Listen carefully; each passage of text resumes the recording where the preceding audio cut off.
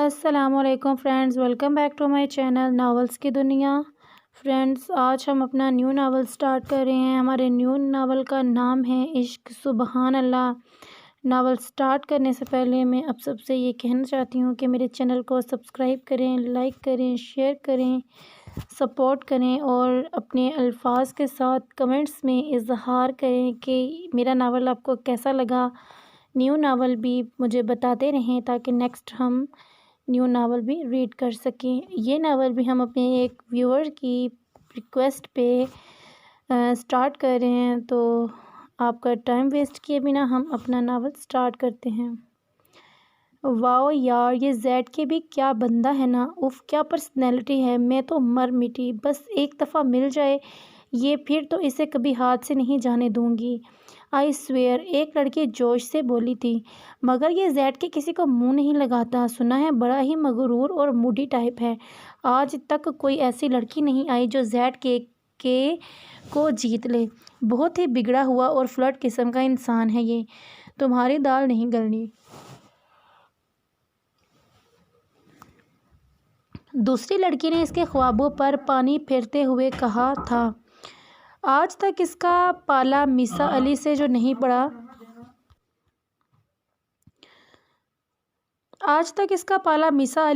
پڑا، میسا کو جو چیز پسند آ جائے وہ اسے حاصل کر کے ہی رہتی ہے۔ وہ لڑکی اترا کے بولی تھی۔ چلو تم بھی ٹرائی کر کے دیکھ لو میسا میڈم، پہلی لڑکی نے جیسے اس کا حوصلہ بڑھایا تھا۔ یہ اس شہر کا سب سے بڑا اور فیمس کلب تھا جہاں وہ دونوں لڑکیاں کافی دیر سے سامنے بیٹھے اس مغرور شخص کے بارے میں باتیں کر رہی تھیں۔ فجر کی نماز پڑھ کر وہ حسب معمول قرآن پاک کی تلاوت کرنے بیٹھ گئی تھی۔ کیونکہ آج سنڈے تھا اسی لیے یونی سے آف تھا اور وہ گھر پر ہی تھی، اس لیے قرآن پاک کی تلاوت کرنے کے بعد اس کا ارادہ نیچے جانے کا تھا۔ اس نے شاور لے کے پنک کلر کی لانگ کرتی اور بلیک ٹراؤزر زیب تن کیا تھا جو کہ اس کی دودھیا رنگت پر بہت کھل رہا تھا۔ اس کے بعد اس نے آئینے کے سامنے کھڑے ہو کر اپنے لمبے گھنے سلکی سنہری بالوں کو کیچر میں قید کیا تھا۔ بلیک ہی کلر کا دوپٹہ شانوں پر اچھے سے پھیلا کر ایک نظر خود پہ ڈال کے وہ روم سے باہر نکلی تھی۔ وہ بلیک ٹراؤزر پر بلیک ہی شرٹ پہنے خان ہاؤس میں موجود خاص اس کے خود کے لیے بنوائے گئے جم میں موجود تھا۔ اس وقت وہ پنچنگ بیگ پر اس قدر جنونی انداز میں مکے مار رہا تھا گویا وہ پنچنگ بیگ نہیں اس کا کوئی مخالف ہو۔ اس کی نیلی سمندری آنکھوں میں جیسے دنیا کو تسخیر کرنے کا ایک عزم تھا۔ سرخ اور سفید رنگت اس وقت اور بھی سرخ معلوم ہو رہی تھی، جبکہ اس کے بھورے بال بے ترتیبی سے پیشانی پر بکھرے ہوئے تھے۔ گھنیری مونچھوں تلے عنابی لب سختی سے ایک دوسرے میں پیوست تھے، جیسے مسکراہٹ انہیں کبھی چھو کر بھی نہ گزری ہو۔ خان ایک انتہائی بگڑا ہوا رئیس زادہ تھا، اکڑ تو اس میں کوٹ کوٹ کر بھری ہوئی تھی۔ وہ بلا کا وجیح مرد تھا۔ اس کے بھورے بال ہمیشہ ماتھے پر بکھرے رہتے تھے، جنہیں وہ وقتاً فوقتاً ہاتھ سے ماتھے سے پیچھے ہٹاتا رہتا تھا۔ وہ سرخ اور سفید رنگت کا مالک تھا۔ اس کی نیلی سمندر سی آنکھیں بہت خوبصورت تھیں، جو اس کی آنکھوں میں ایک بار دیکھ لیتا وہ نظریں نہیں چرا سکتا تھا۔ بالوں کے ہی ہم رنگ اس کے چہرے پر بھورے رنگ کی ہلکی ہلکی داڑھی تھی، جبکہ اس کے عنابی لب ہمیشہ بھیجے رہتے تھے۔ وہ مضبوط و توانا جسم کا مالک تھا۔ لڑکیاں اس کی وجاہت پہ مرتی تھیں، اس کی ایک نظر کے لیے ترستی تھیں، مگر وہ اتنا اکڑو اور مغرور تھا کہ وہ کسی پر ایک نگاہ غلط ڈالنا بھی پسند نہ کرتا تھا۔ اسے اپنی بھرپور وجاہت کا اندازہ تھا، اسی چیز نے اسے خود پسند بنا دیا تھا۔ وہ بے برو واٹ آر یو ڈوئنگ، اس نے جم میں انٹر ہوتے ہی سامنے کھڑے اپنے اکھڑ مزاج بھائی سے پوچھا تھا، کیونکہ اس نے اس قدر جنونی انداز میں کافی دنوں بعد دیکھا تھا۔ مگر اگلی طرف سے کوئی جواب نہ آیا تھا، بلکہ اس شخص کی پنچنگ کی رفتار میں اضافہ ہو گیا تھا۔ ہے برو، کس کا غصہ اس بیچارے بے قصور پنچنگ بیگ پر اتار رہے ہیں؟ کچھ تو بتائیں۔ سائم اب اس کے قریب کھڑے ہوتے پوچھ رہا تھا۔ اس سے پہلے کہ سائم کو کوئی چوٹ پہنچتی، خان نے ایک جھٹکے سے ایک ہاتھ سے ہی اسے بے تحاشا پنچنگ بیگ کو پکڑ کر روکا تھا اور ایک غصے بھری نگاہ سامنے کھڑے سائم خان افریدی پر ڈالی تھی۔ تمہیں 1000 بار منع کیا ہے، اس طرح میری پریکٹس کے بیچ میں مت آیا کرو سائم خان، میں ہر بار تمہیں سیف نہیں کرنے والا، انڈرسٹینڈ؟ خان اس کی طرف دیکھتا ہوا انتہائی سرد لہجے میں بولا تھا۔ یس باس، آئی انڈرسٹوڈ۔ بٹ سائم خان افریدی جانتا ہے کہ خان اسے کبھی نقصان نہیں پہنچنے دے گا۔ اس نے مسکرا کر اس کی طرف دیکھتے ہوئے پر اعتماد انداز میں جواب دیا تھا، جس پر خان نے ایک طنزیہ نگاہ اس پر ڈالی تھی۔ سوچ ہے تمہاری، کیونکہ خان صرف اپنے لیے جیتا ہے، خان شان بے نیازی سے بولا تھا۔ چلو میں یہی سوچ کر خوش ہو جاتا ہوں، سائم مسکرا کر کہتا۔ خان کو زہر لگا تھا۔ مگر فی الحال میں آپ کو یہ بتانے آیا ہوں کہ بابا جان نے آپ کو بریک فاسٹ کے لیے بلایا ہے۔ سائم نے اسے اطلاع دی تھی۔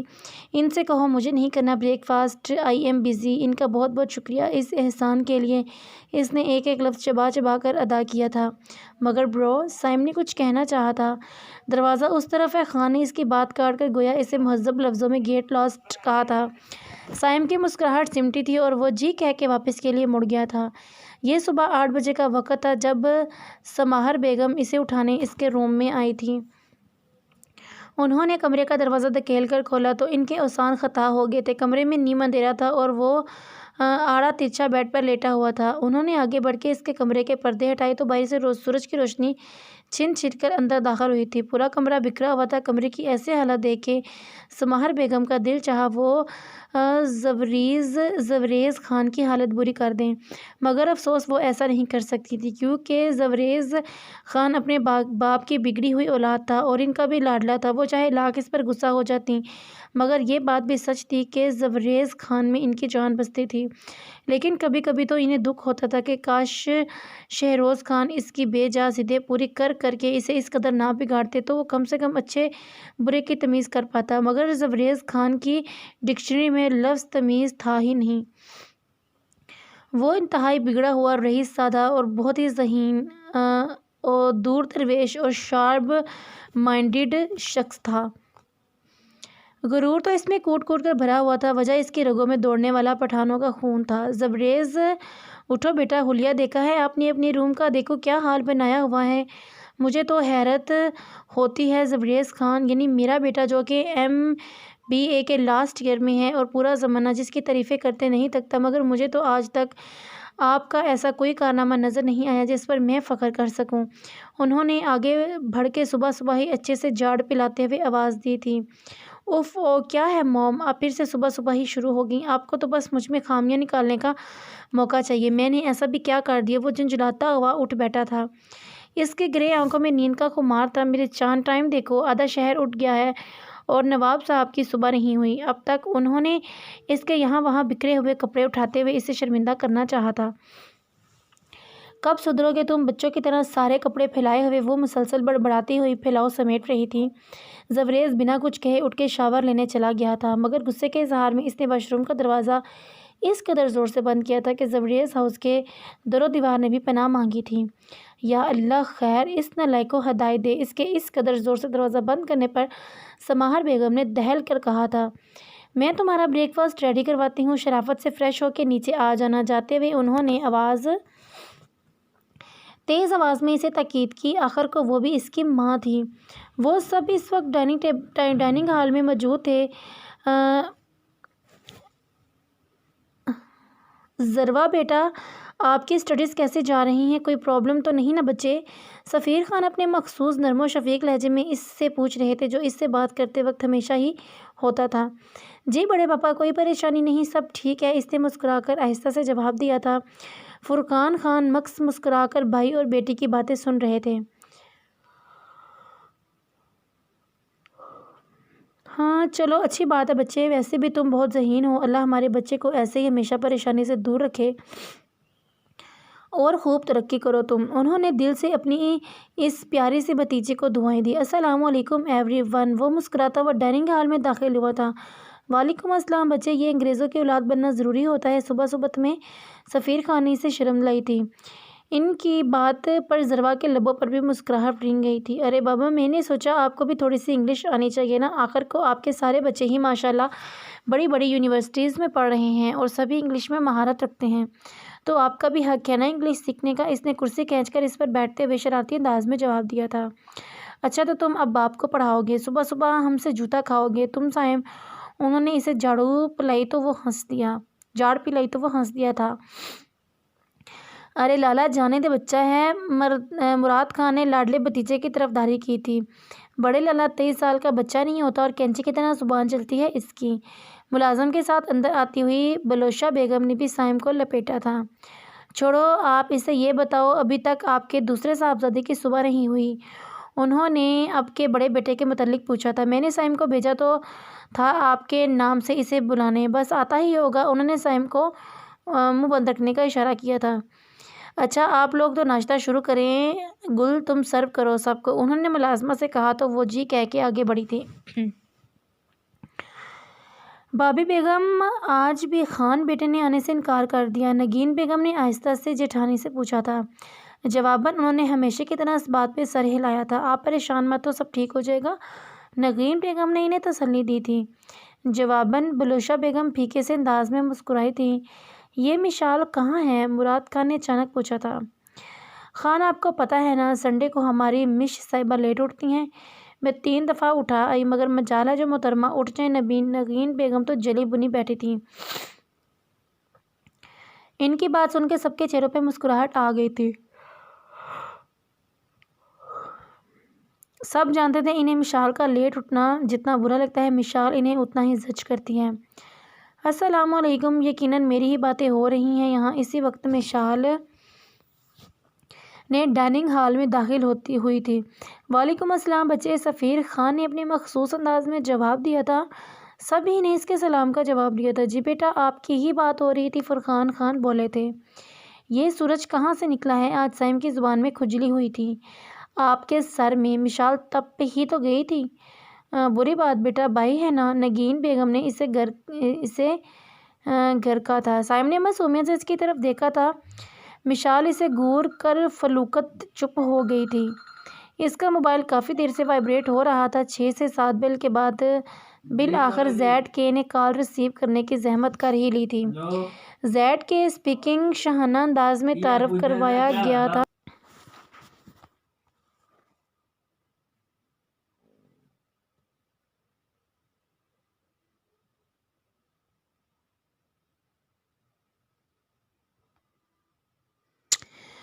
ہے زیڈ کے کہاں ہو ڈیوڈ؟ دوسری طرف سے مانی اس سے پوچھ رہا تھا۔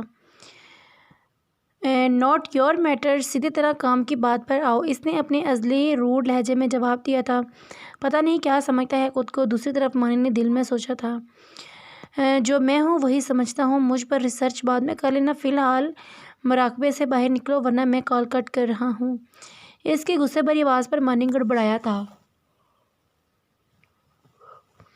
وہ زیڈ کے باکسنگ کے لیے اسی منتھ کی 18 ڈیٹ فکس ہوئی ہے۔ تمہاری تیاری پوری ہے؟ سنا ہے وہ جونی بہت محنت کر رہا ہے، مانی نے اسے اطلاع دی تھی، جس سے اسے کوئی فرق نہیں پڑا تھا۔ لسن، فرسٹ آف آل زیڈ کے کو کسی قسم کی تیاری کی ضرورت نہیں، and second thing last time تک پریکٹس وہ کرتے ہیں جنہیں خود پہ یقین نہیں ہوتا۔ زیڈ کے کو خود پہ اور اپنی طاقت پہ پورا یقین ہے، اسے باکسنگ کے لیے تیاری کی ضرورت نہیں، انڈرسٹینڈ؟ زیڈ کے لہجے میں اپنی ذات کے لیے فخر تھا۔ ہوتا بھی کیوں نہ، وہ واقعی میں لمحوں میں مقابل کو دھول چٹانے کی طاقت رکھتا تھا۔ مانی کو چپ لگ گئی تھی۔ بھائی، زیڈ کے نے کہتے ہی کال کٹ کر دی۔ السلام علیکم ممانی جان، کیسی ہیں آپ؟ اس نے کال ریسیو کرتے اسلام کا جواب سلام کیا تھا۔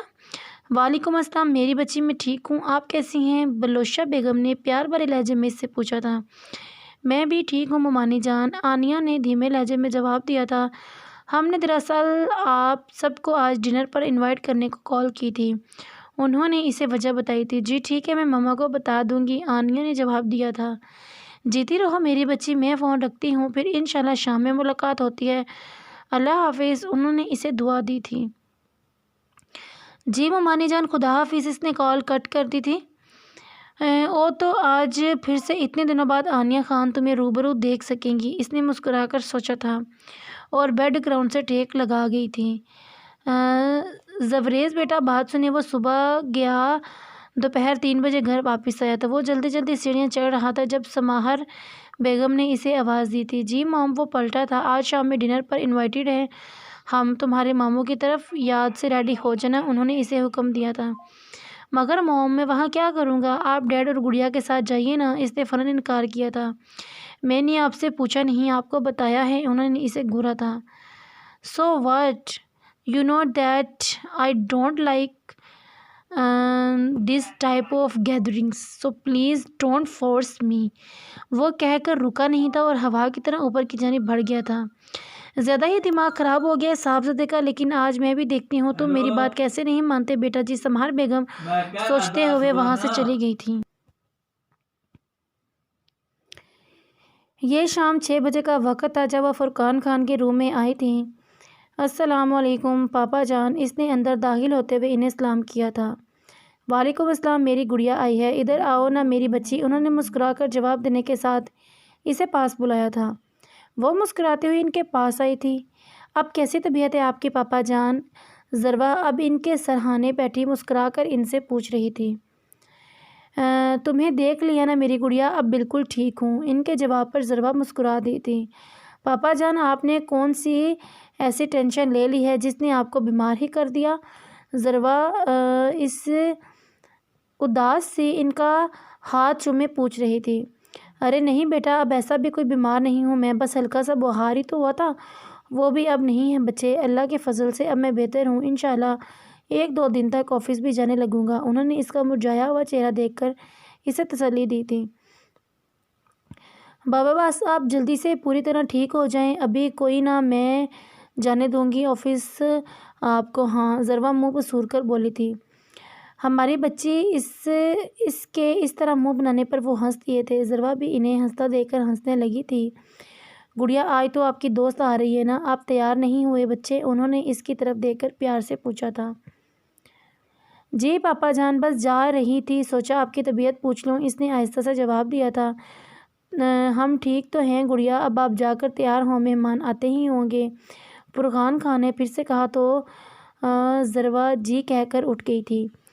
اس کا ارادہ پہلے اپنے اسائنمنٹ پر نظر ثانی کرنے کا تھا، اس کے بعد اس نے فریش ہو کر نیچے لاؤنج میں جانے کا سوچا تھا۔ ضروا فرقان خان کی چہیتی شریک حیات کی اکلوتی نشانی تھی جس میں ان کی جان بستی تھی۔ فرقان خان نے اس کے جانے کے بعد دل ہی دل میں اس کے اچھے نصیب کی دعا کی تھی۔ بلو جینز پر بلیک شرٹ پہنے جو کہ اس کی سفید رنگت پر خوب جچ رہی تھی، اپنے گولڈن بالوں کو ایک سٹائلش سے سیٹ کیے، بوس کی خوشبو میں رچا بسا اپنے گرے مغرور آنکھوں کو بلیک شیڈ سے کور کیے، وہ باہر جانے کے لیے بالکل ریڈی تھا۔ وہ بیڈ کی سائڈ ٹیبل سے گاڑی کی کیز اور موبائل اٹھا کر پلٹا ہی تاکہ اس کے روم کا ڈور نوک ہوا تھا۔ یس کم ان، اس نے موبائل چیک کرتے ہوئے مصروف سے انداز میں اجازت دی تھی۔ لالا آپ کو ڈیڈ نے ابھی لاؤنج میں بلایا ہے، آنیہ نے اندر داخل ہوتے ہی اسے شہروز خان کا پیغام دیا تھا۔ اوکے تم چلو میں آتا ہوں، اس نے جواب دیا تو آنیہ جی کہہ کر مڑ گئی تھی۔ زوریز ایک کال کرنے کے بعد کچھ سوچتا ہوا باہر کی جانب بڑھا تھا۔ اس کا رخ لاؤنج کی طرف تھا۔ ارے بھابھی بیگم آپ کچن میں کیا کر رہی ہیں؟ کوئی کام تھا تو مجھے کہہ دیا ہوتا۔ نگین بیگم نے چٹانی کو کچن میں دیکھا تو بول پڑی تھی۔ ارے نہیں نگین، کام تو کوئی نہیں تھا، ہوتا تو میں تم سے ضرور کہتی، میں تو بس یہ دیکھنے آئی تھی کہ شام کے ڈنر کی تیاری ٹھیک ہو گئی ہے یا نہیں۔ ایک یہی تو دن ہوتا ہے سنڈے کا جب دونوں فیملیز اکٹھا ہوتی ہیں، ساتھ بیٹھ کے باتیں اور ڈنر کرتے ہیں، کمی نہیں رہنی چاہیے جب دونوں رہنی چاہیے بس۔ انہوں نے دیورانی کی طرف دیکھتے ہوئے اپنے مخصوص نرم لہجے میں جواب دیا تھا۔